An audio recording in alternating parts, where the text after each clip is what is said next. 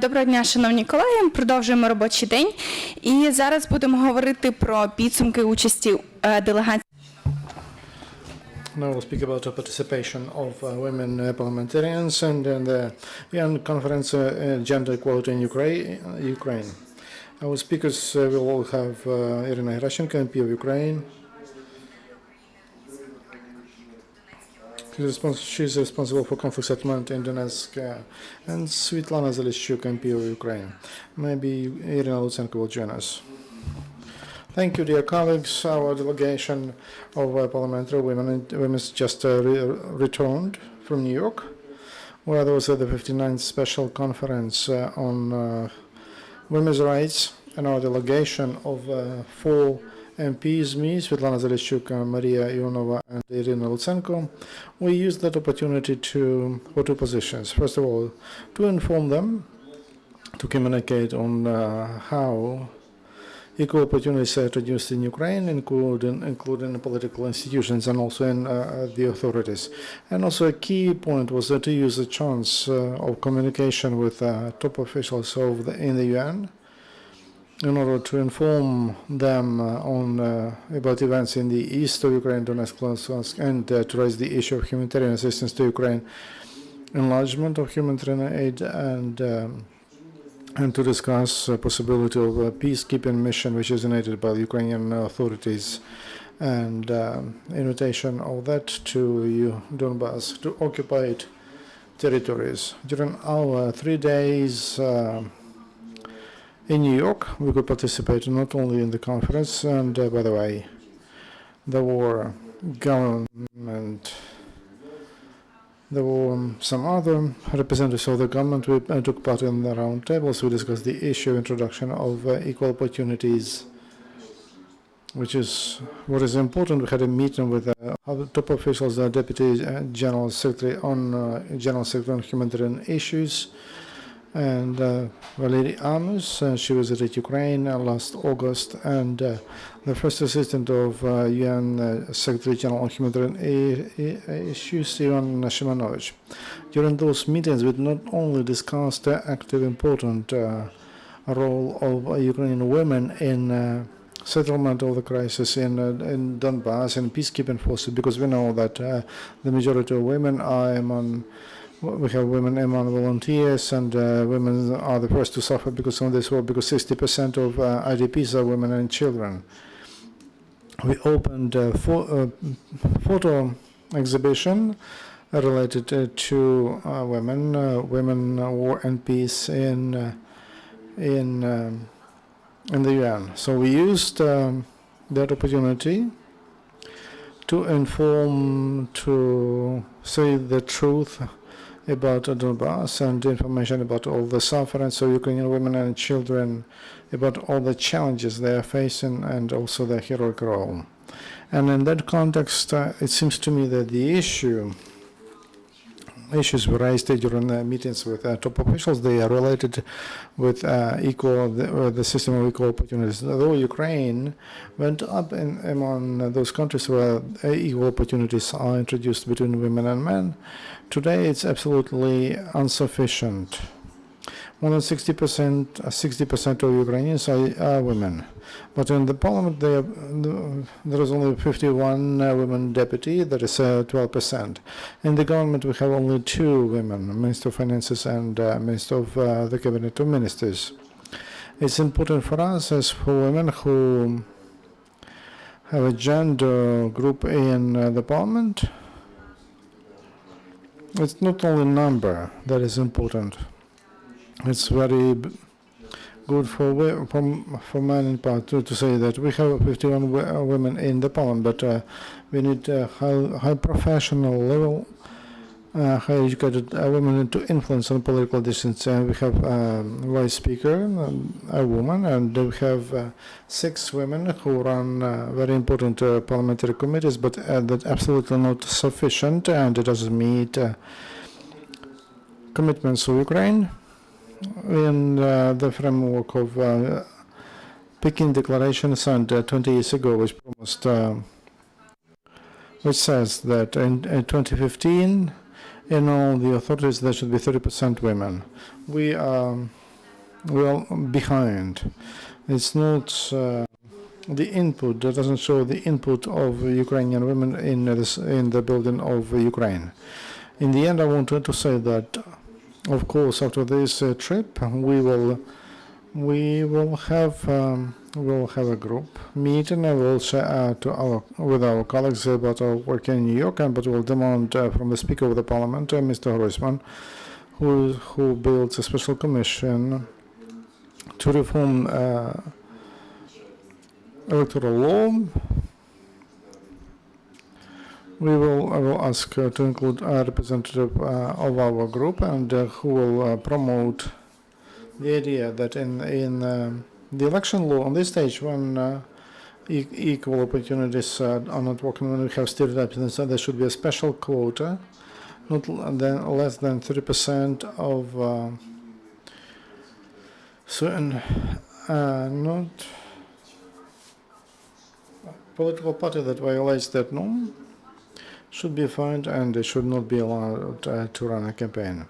Many European countries passed that way to create to build equal opportunities for women to be represented in the authorities, and through fines, many countries force political parties to delegate the women representatives to the government. That's the way for Ukraine to provide equal opportunities for men and women on the highest level. And I want to thank my colleagues, Iryna Lutsenko, especially Marina, Iona, and Svitlana Zalischuk, who took on themselves a lion's part to hold all the meetings and in press conferences we had, and during the communication with foreign media to deliver those two opportunities, equal opportunities and situation in the East. Thank you, dear colleagues. I would like to add some points.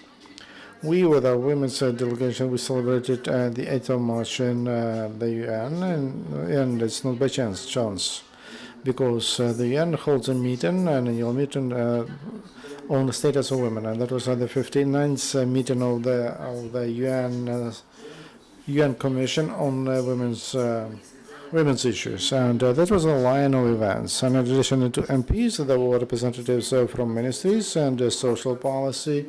Lutsenko, who was the chair of our delegation, and the Deputy Minister on Foreign Affairs, Mr. Kislitsa, was with us.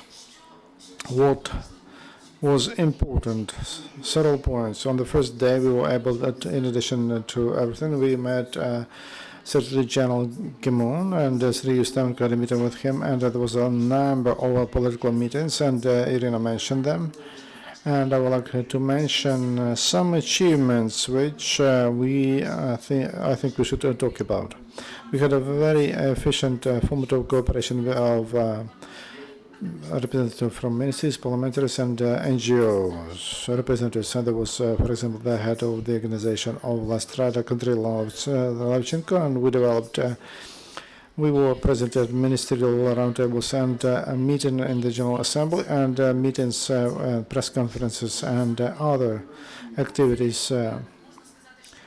This cooperation between the government and with NGOs on the highest level shows efficiency when the government and NGOs are united around the same goals, because in addition to women's issues, we spoke a lot about Russian aggression.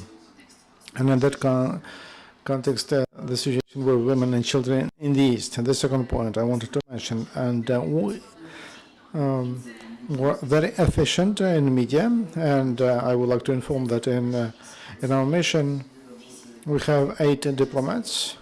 In Russian mission, they have 80 diplomats. In New York, there is no Ukrainian media and accredited, and 22 Russian media have accreditation. On that information background, you have to work, you have to fight, and in the framework of information warfare and diplomatic warfare. And our missions is not easy for them. That's why our delegation, our efficient work, participation in events and in work with media was very important, because every voice from Ukraine could really deliver could achieve complete results. We didn't mention, we opened a photo exhibition about the situation of women and children in the East. Iryna Gerashenko and there was Ukrainian diaspora and diplomats from other countries visited that, and it's very important. We planned that the similar exhibition will open in the building of the UN a little bit later after we prepare. One more thing. As you know, Ukraine sent an application to be a member of constant member of UN Security Council. This approach shows that we have to strengthen the role of our diplomatic missions, including we need to review financial support because our diplomats, as you have their own hardships because with the valuation of hryvnia, the situation is quite difficult. So the support on economic, financial level from the ministries and from parliamentaries is very important. Conclusions.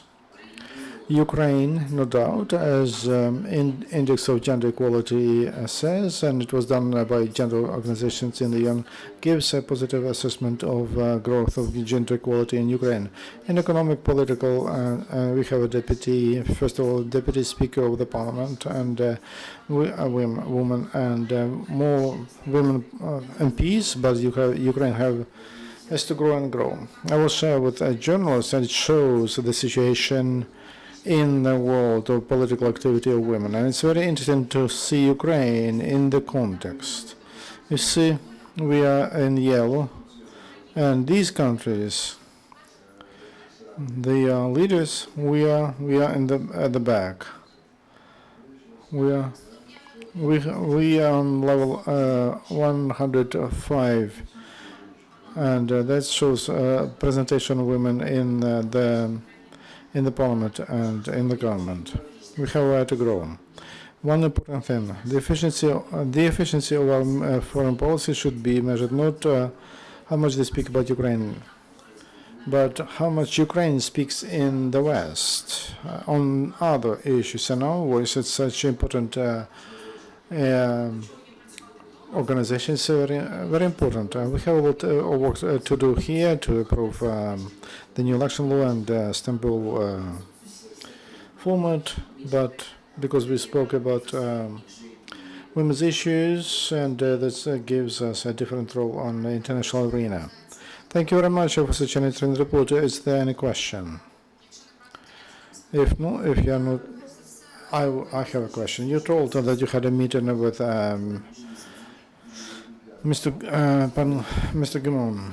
There was only had a meeting of Ustimenko. That was during that meeting. There was a political meeting on the highest level, and they spoke about support to Ukraine. It's important that Ukrainian delegation participates in touch the East important issues of further role of Ukraine as a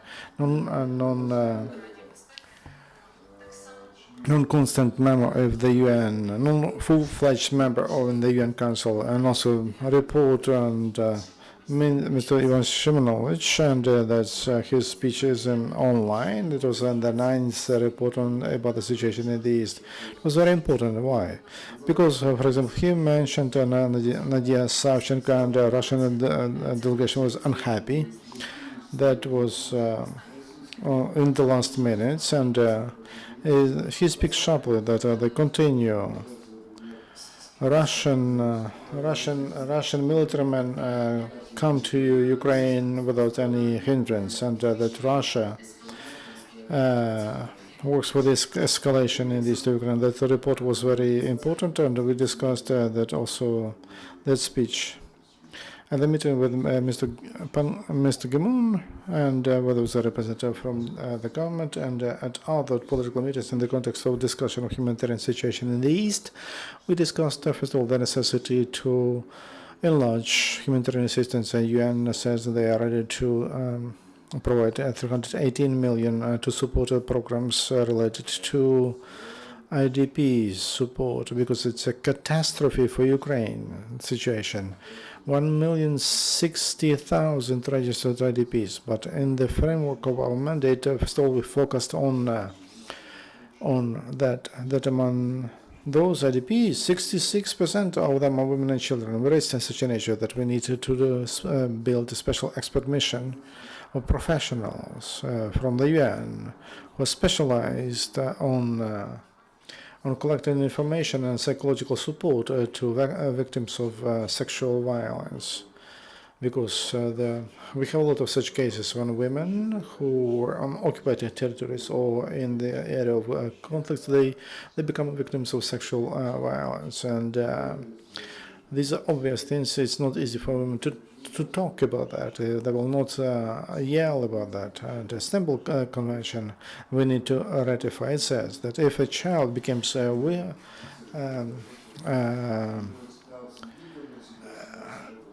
witness of a violence, the child is also a victim. We need to use that when we speak to international courts, and it's very difficult for us to collect facts, and we need professionals with special methods and how to talk to people, how to collect that information. That's why that was our initiative. It was supported, and we hope that in our dialogue with the UN, we will reach the level that they will provide such technical assistance to us. And it was not a part of our mandate. We spoke about that despite peacekeeping mission for any members of the UN should vote for that, but leadership of the UN should have a certain position. And when we spoke to the leadership of the UN, we told that for Ukraine it's important. If we want to achieve progress and our reforms, and if we want to help to defend Ukraine, then and peace is a key factor under conditions when Minsk agreements are violated, and we gave them facts. And when they continue killing civilians, because they shall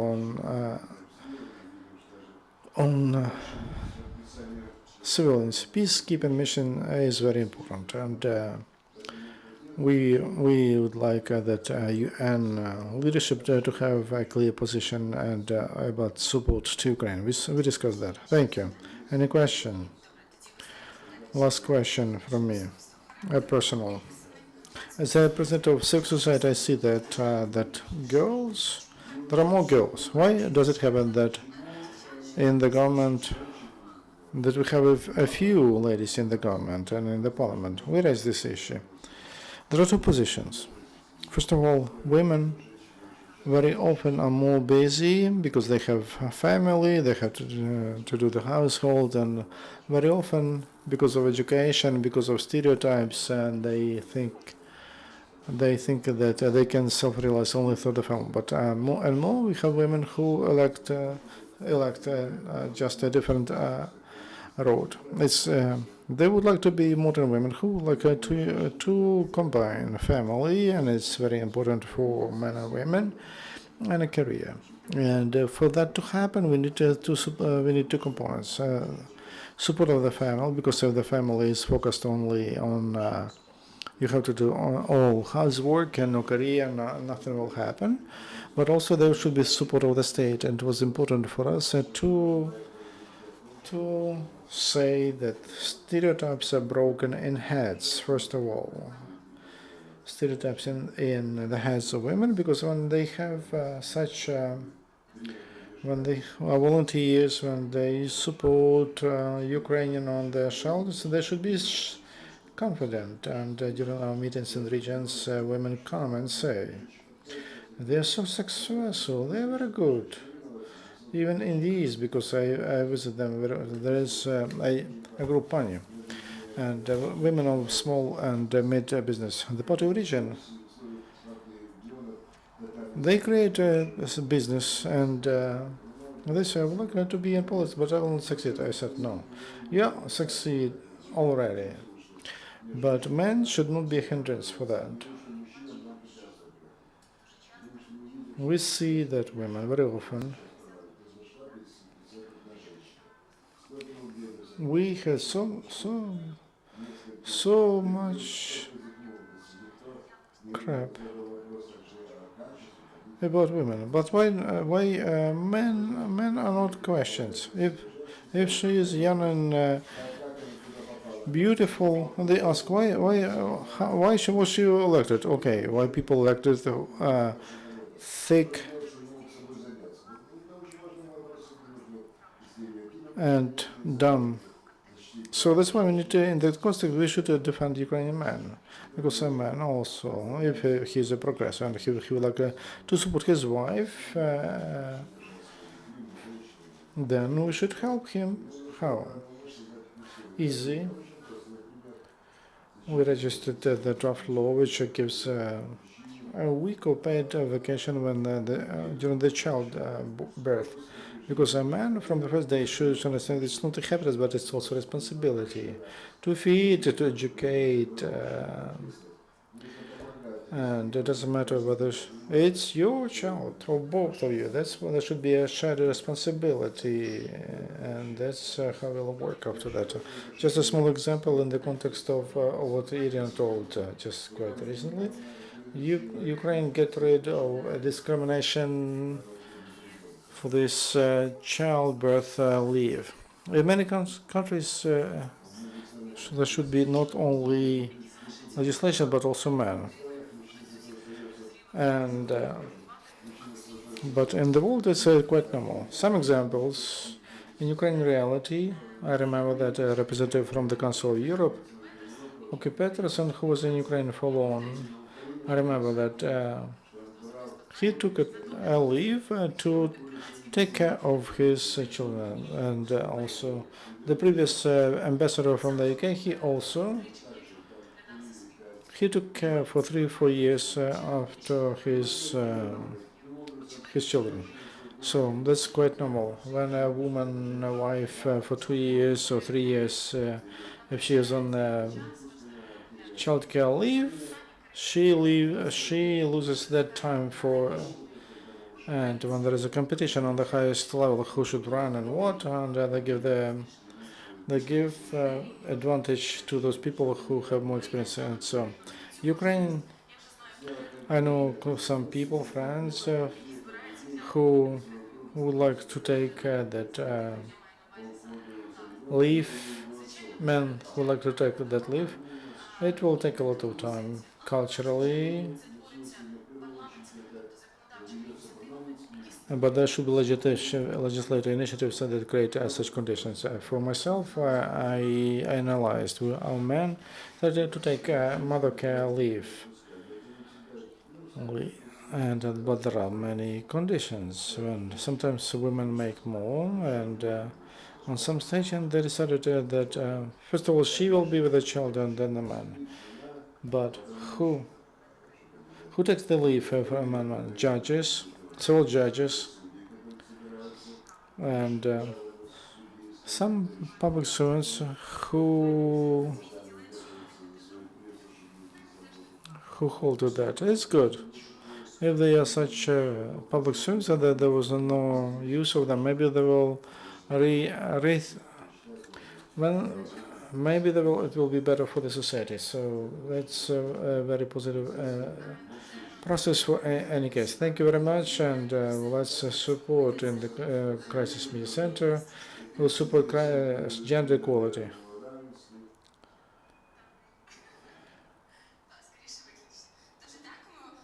Thank you. Tomorrow will begin at 9 o'clock.